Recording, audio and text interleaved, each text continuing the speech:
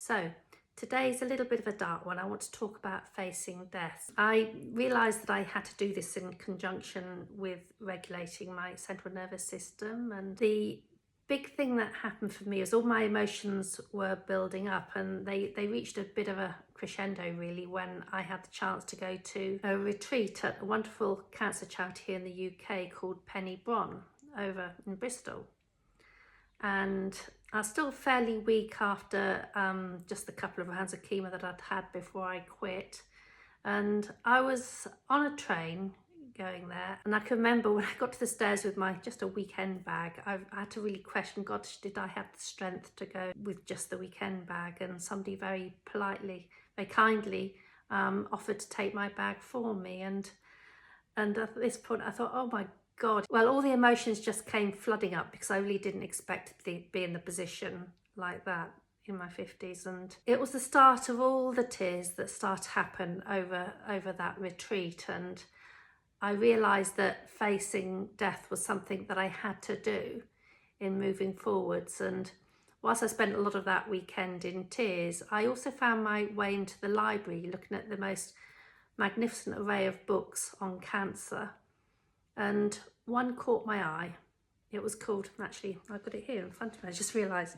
It was called Dying to Be Me by Anita Moorjani. Now, Anita was somebody who literally died of end-stage cancer. Her organs had completely failed, and the book is about her experience of being on the other side and everything that happened before, in actual fact, she came back again, and her body miraculously managed to heal all of its organs within a very short space of time, which is why she's become a very big talker on the Hay House scene. So coming back to me, the main thing that I feared in dying wasn't the actual act of dying itself, but it was in leaving a daughter that was only 11 years old behind. And my daughter had already been struggling at school, and I knew in my heart that something wasn't quite right, and that now certainly wasn't the right time to die.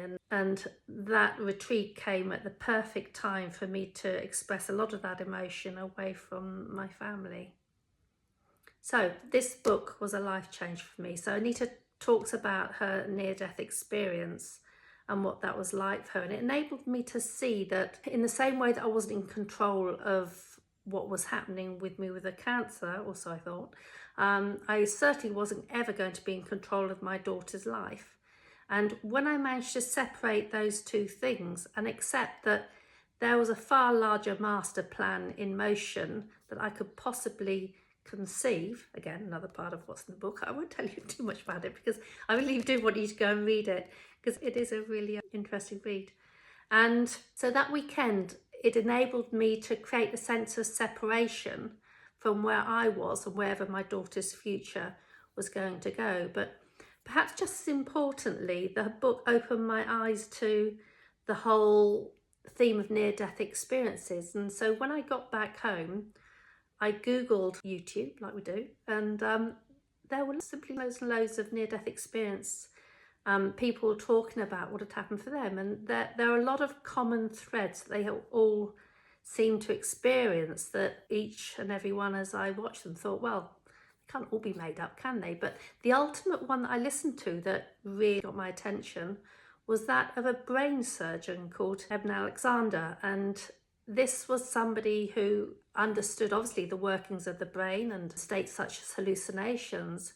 And he was able to disprove that all these people that experience near-death experiences, it wasn't imaginary, that it actually happens.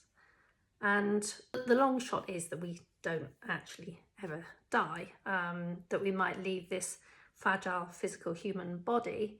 But in actual fact, the whole evolution of being a soul on a spiritual journey, suddenly that eased everything for me. Suddenly that fear I could put behind me, whatever your belief system is, as to what happens to when you die. It really helped me to feel more, not so much in charge, but able to trust that something else was in charge in the overall complete picture, and that there was nothing to really worry about. So that was how I faced death. And I think this is important to do, because otherwise we're just in complete denial.